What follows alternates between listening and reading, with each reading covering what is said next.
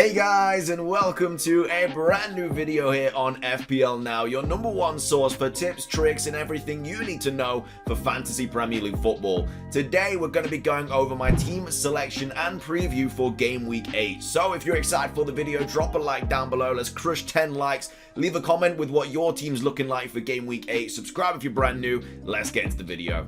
So, starting things off with these team selection preview videos, what I usually do is show you how many points I got in the previous game week, and then of course what my team's gonna be looking like for the next game week, any transfers that I'm gonna make and all that stuff. But yeah, starting things off, what a terrible game week. What an absolute awful game week.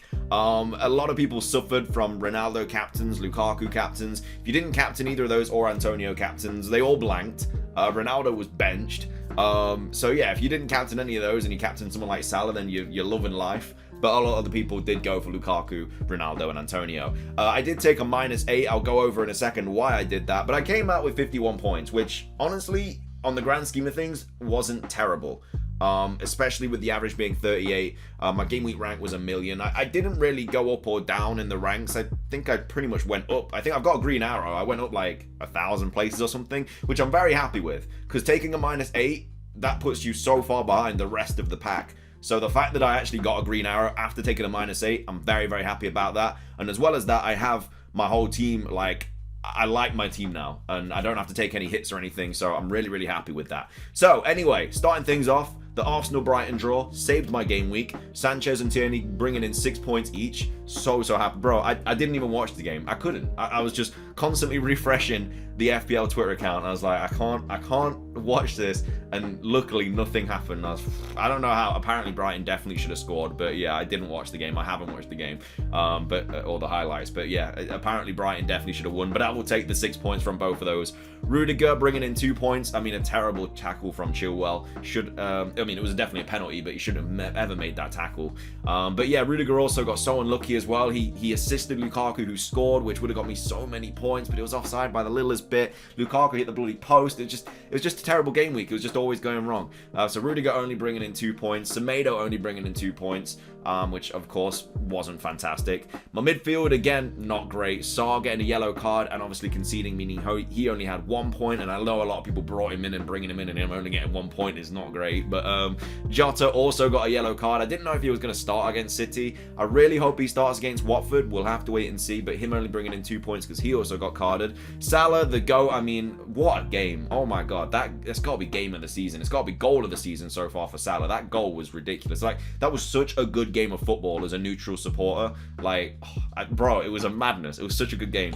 Rafinha getting 3 points as well. Jimenez saving my game week, as well as the Sanchez and Tierney points, and Salah bringing in 10 points. A lot of people don't own Jimenez as well. I think he's only owned by like 6% of people, so I was very happy for him to get that. Basically cancelled out my -8, so that's kind of why I didn't really go up or down any ranks. Antonio obviously blanking, and then Lukaku blanking as well. Again, I mean, Lukaku hit the post, obviously scored an offside goal. It could have been a big game week. It could have been a big game week, because Rudiger would have got the assist, probably would have got a clean sheet. There would have been points everywhere. My game week would have been ridiculous. But it is what it is. It's FPL. Sometimes they just don't go for you. On my bench, obviously Livramento got the 4 points, which I kind of wish I played, but I mean, you're not playing Livramento against Chelsea away, are you? Let's be honest. But he did get the 4 points. Again, in my transfer tips video, I said bring him in. I bring him in because his fixtures are so good now. So yeah, Livramento is definitely someone you should be taking a look at. But that was my game week 7 kind of situation. I'm happy with it because now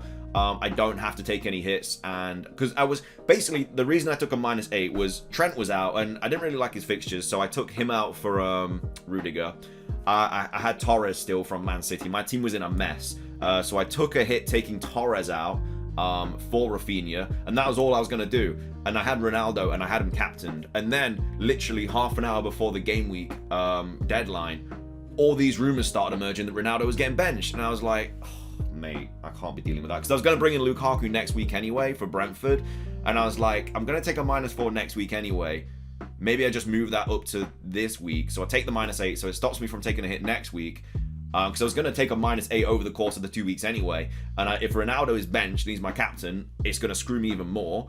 So I'll just do it. I'll just take the hit. I'll just do it. And I was happy I did it at the time when I saw Ronaldo was benched. I was like, oh my god, what a good decision. And Lukaku bloody blanks as well anyway. I mean, Ronaldo only got 1 point, so obviously if he captained him, he would have got 2 points. But yeah, at the end of the day, it didn't really matter too much. But at the same time, I'm glad I have Lukaku now and I don't have to take any more hits.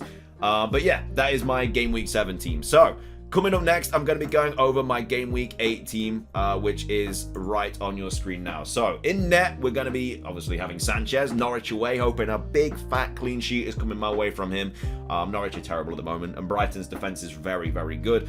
So, hopefully we do get something there. He's probably not going to make too many saves, so I'm really just banking on the clean sheet. Rudiger, Brentford away. Bro, Brentford are a bit of a bogey team right now, man. I mean, I'm still expecting a clean sheet, but Brentford did put 3 past Liverpool. So, I mean, anything's possible. Tony looking really, really good. I really, really want Tony. I'm kind of thinking about bringing him in after this game week, but we'll have to wait and see. But yeah, Rudiger, Brentford away, hoping for something there. Tierney, Crystal Palace at home. Crystal Palace are even getting really good now as well. They obviously got 2 goals against Leicester, so I don't know. We'll see what happens. I mean, Arsenal's defense, they were very lucky against Brighton, I've heard. So hopefully we can... I need Tierney to return something, man. I need him to get an assist. Like, he's creating so many chances, but he's just not getting any assists. Like, I just need him to pop off one game week because I brought him in as, like, hoping that he would just get a massive return like he did last season. He got, like, 18 points in one game week or something like that. And I really want him to pop off like that again. But Crystal Palace at home, clean sheet potential is there, but I wouldn't be surprised if they do concede. And then we have Semedo away at Aston Villa. Again, another one that, I mean, it could go either way. Like, Wolves at the back are so good. They've got one of the best defensive records in the Premier League this season. But we'll have to wait and see what happens for that. I want to bring in Cancelo, so I might take out Semedo. But obviously that's barring any, like, I don't need to, but I kind of really want to bring in Cancelo because he's got 3 really, really good fixtures coming up. And then Semedo away at Villa isn't great. I mean, they've got some really, really nice fixtures though. That's the only problem. Like, they've got Leeds and Everton and Crystal Palace. I mean, they're not terrible fixtures, but I mean, Cancelo has a really, really nice fixture run coming up. Who's he got? He's got some easy teams. I think Brighton's one of them as well, but he basically should be getting a clean sheet out of the 3 games coming up. So I'll have to think about that. If I don't get any injuries on the international break, I'll probably take out Semedo for Cancelo, but knowing that Semedo will then go and get a bunch of returns. So yeah, just remember, because whenever I make a transfer, it usually goes wrong. Anyway, midfield, we have Sarr, Jota, Salah, and Rafinha. So Sarr at home to Liverpool. I mean, Sarr is someone that I don't need to get rid of, but I kind of want to at the same time. Like, he has Liverpool at home, which I'm not expecting him to get anything from, but he could score. I mean, Brentford scored 3 against them. We'll see if Trent... I mean, I'm not really too bothered about Liverpool conceding now because I don't have Trent at the moment, so I kind of really hope he does score, obviously. But then they have Everton away, Southampton, Arsenal, Man United, Leicester. I think he could score in any of those games, which is why I'm keeping him. Plus, he's on pens as well, and I don't need to get rid of him. I don't know who I'd bring in because Jota is someone that I need to get rid of more.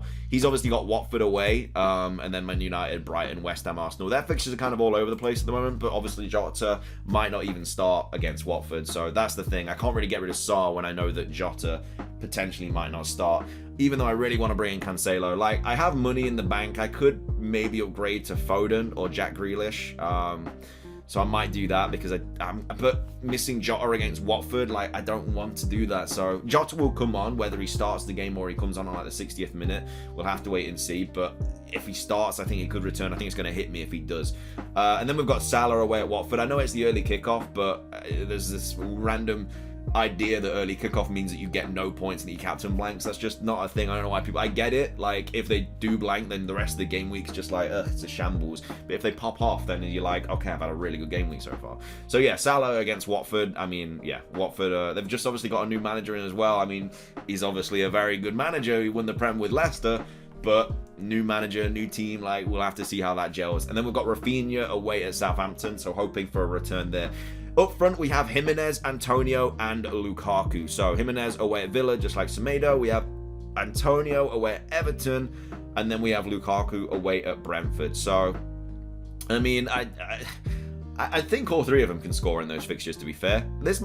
Looking at my team, barring Sarr and Jota, I think they could all return. But obviously it's FPL, so anything can happen. But yeah, I'll have to see. Like, I want to bring in Cancelo, but I think I need to get rid of Jota, but I kind of want to keep him for the Watford game, so I don't know. I'm kind of in two minds. I'm guessing there's going to be an injury in the international break anyway, so I might have to get rid of someone regardless. But that's my team. My bench is obviously Steele, Livramento, Sissoko, and Williams. Livramento is just the best bench fodder in the game at the moment, in my opinion. Southampton has such a good run of fixtures. If you didn't watch my transfer tips video yesterday, these are the fixtures he has: Leeds, Burnley, Watford, Villa, then Norwich. So obviously a really, really good run of fixtures. So he's just going to be first on my bench for the next 5 or 6 game weeks. And if anyone doesn't play, like if Jota doesn't play or whatever, then he's just going to come on and hopefully get some points. But yes, that is my Game Week 8 team preview. So in regards to transfers, like I say, what I think I'm going to do, let me just go over to transfers real quick. So what I think I'm going to do is, in my mind right now, I have 4 mil in the bank. Now, obviously, a bit of that's for upgrading to Trent when he's back and like the fixtures get a little bit better. But I kind of want to bring in Cancelo. So if I was going to bring in Cancelo, I'd take out Semedo. I bring in Cancelo. That would give me 2.7 in the bank. I'd obviously need to put a mil to the side, like a 1.3, 1.2 for the side for when Trent is back, which would put me down to like, let's say 1.4 mil. So I still have 1.4 mil in the bank. Plus, I think at some point I might even downgrade Antonio because his fixture just isn't great. Like I'll probably keep him for Everton, maybe Tottenham, but like he's got Liverpool, Wolves, Man City, Brighton, Chelsea. Like I don't know, I might get rid of him then, and I kind of want to bring in Tony because Tony's fixtures are really, really good, like coming up. So if I put Tony in my team, his fixtures are after Chelsea, he has Leicester, Burnley, Norwich, Newcastle, Everton, Tottenham, Leeds, Watford. Like that's such a good run of fixtures for Tony. So yeah, game week 9, I might bring in Tony for Antonio. I'm not really sure. It's just, I think Tony's popping, man. I really, really like how he's playing. But at the same time, I need to get rid of Jota as well. So maybe I don't get rid of, Semedo, and instead one second, let me restore that. Instead, this week, maybe I get rid of Jota. But then Jota against Watford. Maybe I roll a transfer. I don't know. Maybe I do. I kind of want Cancelo for the next few weeks, though. I think he's such a good threat. But if he doesn't play, I mean, I'll have Livramento come on for him. But yeah, I'm in two minds, to be fair, because I do want Tony in to tackle these fixtures coming up.